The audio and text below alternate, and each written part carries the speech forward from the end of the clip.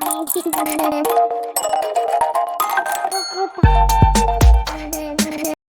Everyone, इस video में बात कर लेते हैं ग्रीव्स कॉटन लिमिटेड की। क्विकली एनालिसिस देख लेते हैं। चैनल को लाइक सब्सक्राइब करना मत भूलिएगा। तो पहले आप समझिए कि स्टॉक में मोमेंटम कैसे चल रहे हैं, क्योंकि यहाँ पे अगर आप देखें तो रिसेंटली ही स्टॉक बुलिश हुआ है 121 से, और 26 अक्टूबर से ये बुलिशनेस देखने को मिली है। तो अभी तक स्टॉक के अगर यहाँ से पकड़ेंगे आप तो ऑलमोस्ट 20% के रिटर्न्स बुक हो चुके हैं।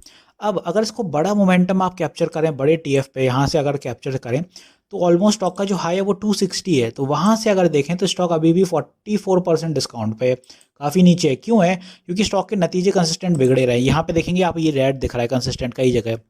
यहाँ पे नतीजे बिगड़े हैं इसीलिए स्टॉक फॉल दिखाता है, और नतीजे बिगड़ जाते हैं तो इन्वेस्टर्स फिर उतना अट्रैक्टिव नहीं रहते हैं स्टॉक में, और कहीं ना कहीं उससे स्टॉक को निगलेक्ट करके छोड़ देते हैं और रिटेलर्स तब फंस जाते हैं।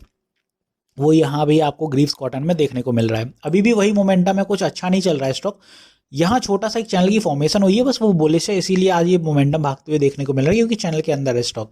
और यहाँ पे 6 दिन पहले भी एक न्यूज़ आई थी। यहाँ पे आप देखेंगे Greaves Cotton unit to setup master distributor outlet of auto EV mart in Chennai India. इनका कोई डिस्ट्रीब्यूटिंग का सेटअप लगने वाला है, और वो जब लगेगा तब की तब से है, बट फिर भी स्टॉक में कोई उतना बड़ा पोटेंशियल नहीं देखने को मिलेगा।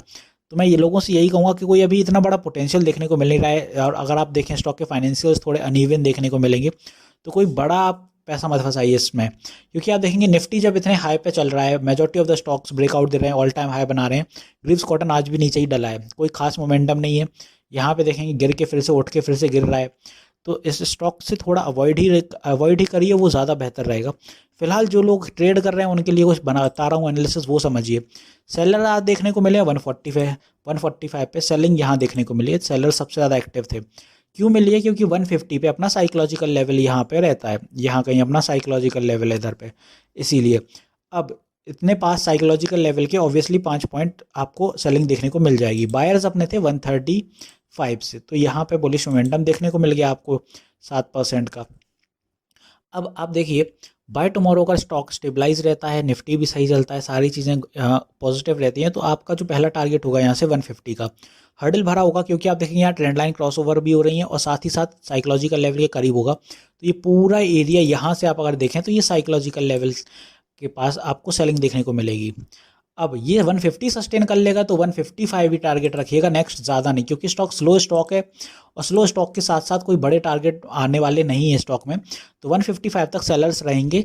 जब 155 सस्टेन होगा तो फिर नेक्स्ट साइकोलॉजिकल लेवल की तरफ जाएगा स्टॉक, जो कि होगा 175। तो ऊपर की दिशा तो समझ आ गई। 5-5 पॉइंट ही सकिएगा स्टॉक में, ज़्यादा नहीं। आप कैंडल्स दिख रहे हैं, मेजॉरिटी कैंडल्स इतनी है 128 से 131 134, एक दिन में 5 पॉइंट की कैंडल ही बन सकती है, इसमें ज़्यादा नहीं। कभी कभार ही सडन मूव आएगा तभी बनेगी। तो ग्रीव्स कॉटन में कोई बड़ा इन्वेस्टमेंट मत करिएगा। अब अगर यहाँ से फॉल होता है बाय एनी मीन्स, तो फिर अगर सपोर्ट होगा आपका जो पहला वो रहेगा 142 पे, next at the same row 140, 2-3 point का शॉर्ट टर्म सपोर्ट है, और नेक्स्ट 138, क्योंकि यहाँ कहीं रुकना चाहिए स्टॉक को। और यहीं से बुलिश मोमेंट आप देखेंगे, यहाँ बाइंग सेलिंग ज़्यादा देखने को मिली, इसीलिए मैंने इतने पास के सपोर्ट लगाए हैं ये। तो ये हो गए सपोर्ट अपने, और ऊपर की दिशा के हो गए अपने टारगेट्स। तो ये अपने सपोर्ट हैं और ये वाला टारगेट। बस अब यहाँ आपको एक चीज़ समझनी है कि स्टॉक में ट्रेलिंग स्टॉप लॉस लगा के ही करिए जो करिए, क्योंकि अगर यहाँ से जो बड़ी कैंडल आई है ना, नेक्स्ट डे अगर एक सेलिंग कैंडल आती है तो फिर आपका मोमेंटम बिगड़ जाएगा। ऑपरेटर ड्रिवन ज़्यादा रहते हैं ऐसे स्टॉक, क्योंकि कभी कभार ये ऐसा बड़ा मूव आता है, अदरवाइज फाइनेंस बिगड़े हुए हैं तो साइडवेज ही ज़्यादा चलते हैं। तो होपफुली सारी चीज़ें यहाँ मैंने क्लियर कर दी होंगी। मिलते हैं नेक्स्ट वीडियो में। This is me Shubham Yadav, signing off.